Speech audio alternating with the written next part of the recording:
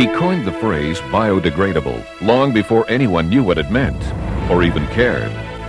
Today, phrases like natural source and environmentally friendly are marketing's favorite buzzwords.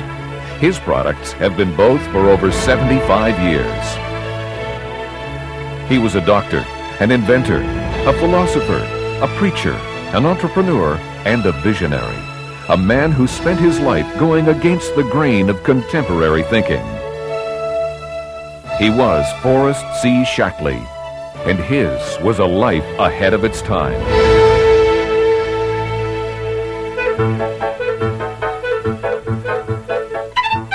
The year is 1894. America is just emerging as an industrial power. It's been 1 year since Henry Ford built his first automobile. Next year, Marconi will invent the radio.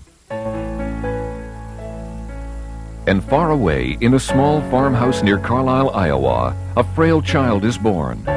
From the very beginning, Forrest Shaklee struggles with life. The attending doctor diagnoses him with tuberculosis. No one expects him to survive the winter, let alone the next 91 extraordinary years. But survive he does. Much to the amazement of family and physicians alike, Forrest steadily grows stronger. But his recovery means spending long hours convalescing alone. On sunny days when other boys are either hard at work or hard at play, young Forrest can be found walking through the woods near his home. He observes animals and insects going about their daily lives, becomes fascinated by their keen instincts. He watches entranced as formations of birds migrate to the same spot every year without the aid of map or compass. It is then, no more than 7 or 8 years old, that Forrest has a profound realization. Animals listen to the voice of nature. Men have forgotten how. For the rest of his life, he remains attuned to the signs of nature's revelations. In this way, the boy learns what the man will need to know. Forrest doesn't allow his early setback to ruin his life. Instead, he uses it to his advantage. He helps gather plants and herbs his mother uses to prepare folk remedies that ward off illness. This early education in natural healing stays with Forrest. It's his first step on a journey into this powerful force. His destiny is unfolding. Ironically, it's a destiny that started with an illness he was never expected to survive. I'm very, very happy that early in my life, I accepted nature as my physician. And I tried to live in harmony with nature. And she's never let me down. 1913. The world verges on war. Tensions in Europe are mounting. In a few short months, the worst carnage in history will be unleashed. Forrest is 19. All signs of his earlier illness are now gone, but his life is forever changed. He cannot ignore the lessons learned in his childhood, can't turn his back on the powers of nature he's been witness to. Later that year, Forrest develops severe back and abdominal pains. Worried, his family rushes him to the nearest doctor, where he's diagnosed with appendicitis. Given his past medical history, the family readily agrees to surgery. But in a move that would confound even modern physicians, Forrest refuses. Instead, he defies all the so-called experts and insists on being taken to see, of all people, a chiropractor. At that time, chiropractic was an extremely new and not very well understood branch of medicine. Forrest was interested because it promoted a natural approach to healing. His faith would soon be justified. The chiropractor discovers a dislocated vertebrae pressing on the nerve in his lower right abdomen. Once the vertebrae is put back in its proper position, the pain disappears. No surgery, no drugs. Forrest put his life on the line and won. But this wouldn't be the last time. Later that year, he enrolls in chiropractic school. It's 1921, and the world is recovering from the horror of war. Drunk on the ecstasy of survival, society runs wildly into a headlong transition from fear to frivolity. Life is celebrated to the fullest, sometimes in the unhealthiest of ways. Forrest has been a practicing chiropractor for 5 years now, but his interest in nutrition hasn't waned. He keeps detailed charts about his patients' eating habits, counseling them on proper diet, and stressing natural, healthy eating. He begins exchanging research with Polish biochemist Casimir Funk, who earlier isolated a natural substance he calls vitamin. Forrest is himself trying to process these vital organic compounds into what he calls vitalized minerals. But all this work comes to a sudden stop when Forrest is diagnosed with cancer in his left arm and leg. The doctor's recommendation is simple, straightforward, and final. Amputate. For the second time in just over 25 years, he comes face to face with a death sentence.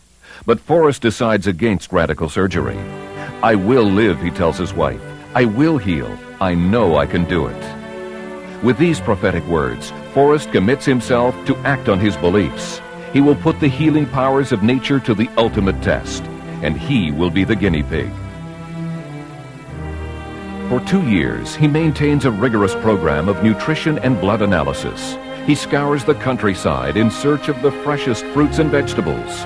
To this diet, he adds megadoses of natural vitamins and minerals of his own making.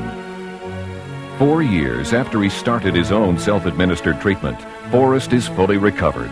There's no sign of the cancer that threatened him earlier. Conventional doctors are stunned. Forrest has proved them wrong again. He reopens his clinic and begins dispensing his own specially formulated food supplements for the first time. The same ones that helped save him from certain death. He has risked his life on his beliefs, and won. He's now convinced of nature's healing powers, and he's ready to share them with the rest of the world. We too have an instinct telling us what to do, sometimes forcing us to do things that we don't want to do. But if we listen to nature, we would get along a whole lot better in this world. It's 1929, and the party is over. The roaring 20s are about to give way to the depressing 30s. In a few months, the American Stock Exchange will collapse, triggering the worst economic disaster in history. That same year, the Shaklee Clinic burns to the ground. At a time when most people are worried about keeping their jobs, Forrest takes his in a completely different direction. He leaves it in a pile of ashes. Instead, he decides to concentrate on his nutritional research and buys a farm in Oregon. Here, he begins to unravel the mystery of nature and food.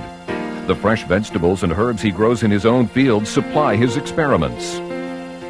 This work soon inspires Forrest to again open a clinic so he can share his findings with patients. The year is 1931. The place is Oakland, California.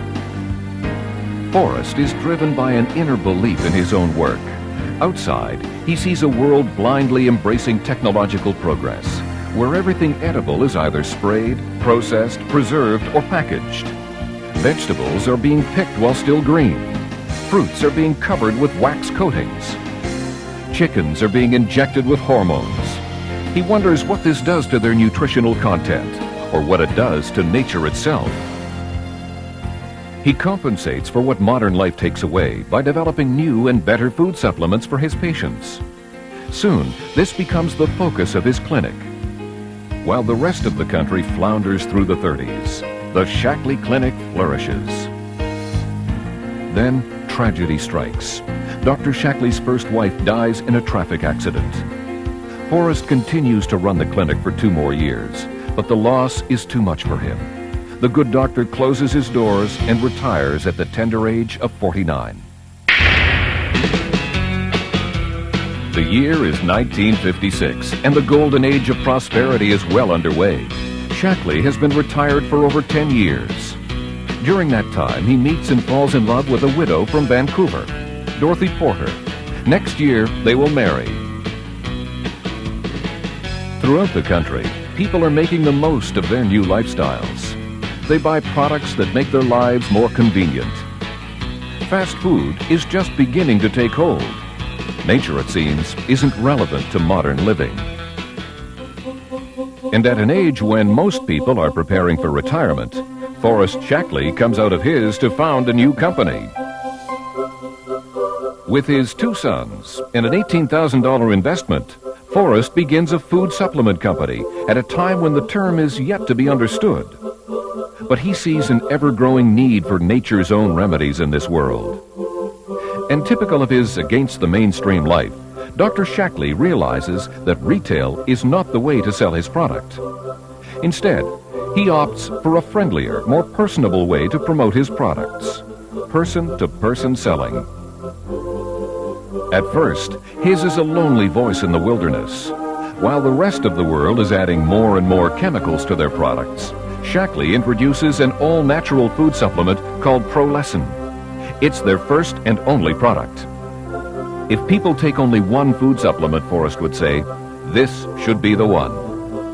When the world was relying on the pharmaceutical companies to make them feel better, Shaklee introduced a herbal alternative. When most people were getting their vitamins and minerals in chemical form, Shaklee developed a natural source supplement. And even as big soap companies were touting the use of phosphates and enzymes to get things clean, Shaklee was introducing its first biodegradable cleaner. Soon, Basic H led to a full range of environmentally friendly cleaning products. This was Shaklee's first venture outside the nutritional field. It was so successful, Forrest was inspired to move into cosmetics next. Shaklee couldn't understand why women hid their natural beauty under layers of chemical-based makeup. So he introduced natural source cosmetics. Shaklee's nutritional research also continues, but the simple labs of yesterday are gone. Shaklee sponsors studies at major universities throughout the world. Today, Shaklee markets a complete line of nutritional supplements for the whole family. Shaklee does not request or require animal testing for any of its products. Although he died in 1985, Forrest Shaklee's spirit shines on in the company he founded and in the products it sells. Thanks to his vision and his philosophy of the Golden Rule, millions of people around the world are leading happier, healthier, and more financially secure lives. That is why we celebrate his life, a life that almost never began 100 years ago this year. We're all truly grateful that it did. I am confident that the dream that began so many long years ago is being fully realized by those who have volunteered to continue my work. I wish to thank you all very much.